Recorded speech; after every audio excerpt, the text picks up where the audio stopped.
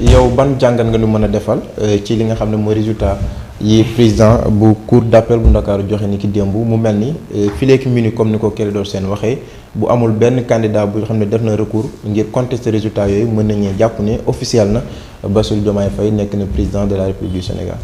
Et bon man je pense pas que tamit mu am sax contestation. ba léegi dégg ko benn candidat bu ko def bu def contestation pour déposer recours. pour man gisuma sax mu am recours. Et bon les gens aussi il faut gis nga dafa am joute démocratique bu amee. élection lu toll ni élection bu amee xam nga lan mooy intérêt wu élection soo seetloo dafay stabiliser les gens dafay redonner de la légitimité. et gis nga cette organisation démocratique là. Les Sénégalais se sont battus pour que moom mu nekk ni mu war a nekkee nii parce que en fait les Sénégalais ont dépensé leur sang ont dépensé leur temps parfois leur santé pour que ces acquis démocratiques là soient respectés.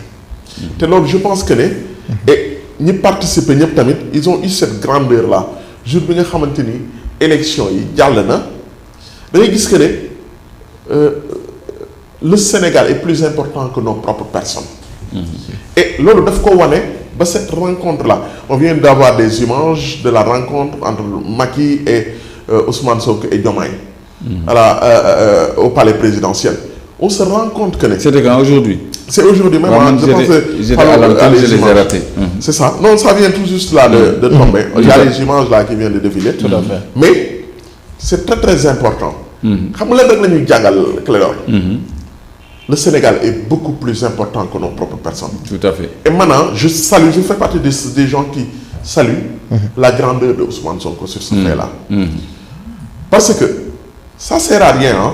Ce qui est fait est fait. Je pense qu'ils sont assez responsables qui vont faire, comment dirais-je, faire les audits et tout ça là, l'état des lieux.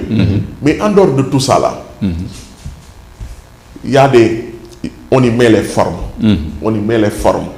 loo xamante ni dépassé na parce que ça veut pas dire que jiboo nañu wala dara mais ça veut dire que rek on met de côté toutes nos divergences muy Macky Sall muy Diomaye muy Ousmane Sonko et on se focalise aux exigences de la démocratie actuelle du pays mooy lan passation de service ñu waxtaan la lañ fii pat et on a besoin pour man malgré toutes les erreurs commises on a besoin de l'expérience de Macky Sall je fais partie des gens yi nga xamante ni pour man il a fait tous les péchés d'Israël sincèrement mais lii dafa am lu am solo loo xamante ni dafa war a wan les Sénégalais vous devez être fiers de votre démocratie parce que tamit quoi qu'on puisse dire je salue l'engagement de Clédor Sène merci parce que quoi qu'on puisse dire des gens se sont levés à un moment très crucial un moment très difficile dans l'histoire de notre démocratie pour dire non pour dire que on va pas se laisser faire et ça c'est la grandeur d'un peuple.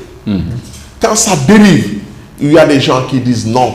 Et am na ñoo xamante ni nag bi le peuple bi di soxla bu ñu war a xeex parce que dafa am loo xam ne dama ne ça dépasse ñun ñëpp nos personnes ça dépasse Pastef ça dépasse Benno ça dépasse Macky Sall ça dépasse Ousmane Sonko mooy lan la concorde nationale. loolu dafa am solo. Et pour man su ma ñëwaatee ci sa question bi mooy. Les candidats. Ces candidats-là, ils vont avoir, et je salue aussi cette grandeur, parce que quoi qu'on puisse dire, avant le lendemain, presque, ils ont, la majorité, ils ont félicité Diomaye, parce que aussi c'était une victoire incontestable. Et incontestée. Parce qu'une victoire peut être incontestable, mais contestée. Mais ils ont eu cette grandeur-là, dépassé ces personnes. Et là, le Sénégalais a de quoi être fier de sa démocratie. Et a de quoi être fier, même on doit être fier du peuple. Parce que encore une fois, malgré tout ce qui s'est passé, parce que tamit, gis nga li forger dynamique du peuple, moi son histoire, les péripéties, fan la jaar, ak nan la ci génné, lolu moy forger dynamisme, moy forger aussi une nation. Et ça, on l'a réussi. Alhamdulillah. Heureusement. Alors Clédor Sène. laata peut-être résultats yi ñu dugg ci am ñoo xam ne amaana dina leen ci seppi ndax chiffres yi nga xam ne moom lañ ci génnee jàngat ko boo defee 4 premiers yi bu ñu génnee bu rombee Khalifa Sall le reste. c'est 0,000 et quelques. même Khalifa Sall mi am 1 virgule quelque sax.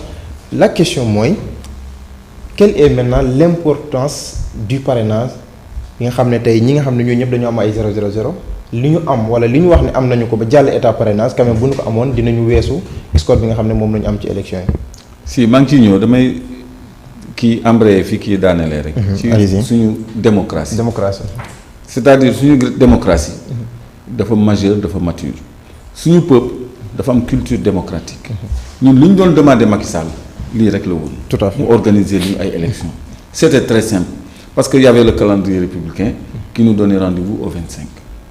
donc moom moo indi problème yi yëpp parce que moo fexe ab candidat bañ a bokk mu am ay problème moo fexe ñu aj élection yi dëkk bi tàkk mu am 4 morts. loolu dalay won engagement nit ñi pour accomplir seen devoir citoyen bi ñu leen xëy. ils se sont battus pour qu'on tienne des élections. c'est vrai. parce que bi mu jëlee décret ni abrogé na décret bi convoqué collège électoral bi loolu du yokkum courant du yokkum ceeb du dëkk bi dafa tàkk des gens se sont donné corps et âme. tout à fait ça a été difficile. pour dans l'étendue du territoire. pour wane ni ànduñu ci loolu ay élections lañu bëgg. mais nag lii nag bépp njiit buy ñëw ëllëg. mën a jàngat. da ci war a jël jàngat moo tax dañu war a stabiliser suñu processus électoral suñu code électoral ñu delloo ko ci code consensuel ba mu doonoon te président Macky Sall rompre tous les consensus modifier L57 dugal ci baatu électeur corser L29 L30 ak yooyu dugal parrainage ak yu ci sa question bi laa ñëw yi nga xam ne CEDEAO sax da ko dàq bu noppi jël carte d'identité boo xam ne amul turu yaay amul turu papa xale yu 18 ans yi jëm kaw ñu bind seen carte d'identité non inscrit sur les listes électorales maanaam segg ay électeurs segg ay candidats manipulation yooyu loolu war nañ fexe ba dootul mën a am nañu stabiliser le nombre de mandats des mandats et la durée des mandats ci constitution bi article 103 noonu la ñu war a stabiliser code électoral bi ak processus électoral bi créer benn CENI commission électorale nationale indépendante au lieu de autonome boo xam ni moom mooy yore organisation élection yi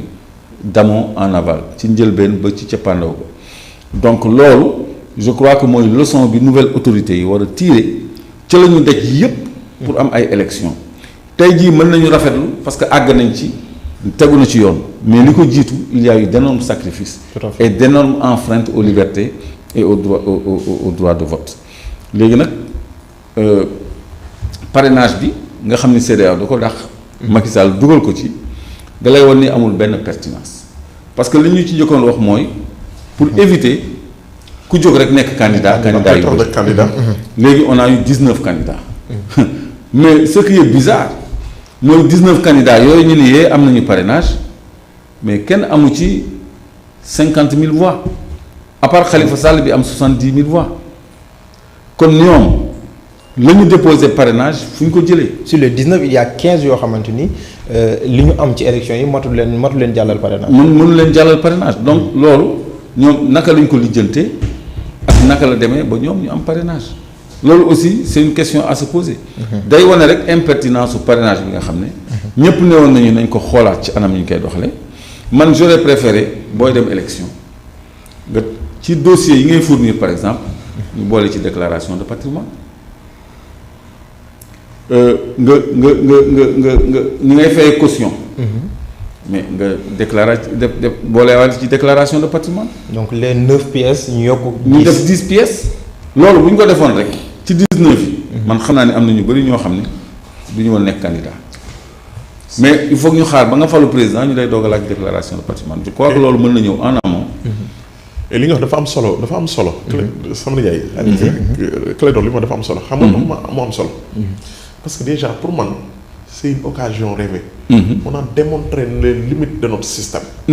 wax dëgg yàlla et bon c'est un nouveau départ. Parfois gis nga un peuple. il doit apprendre de ses erreurs. on apprend de tout.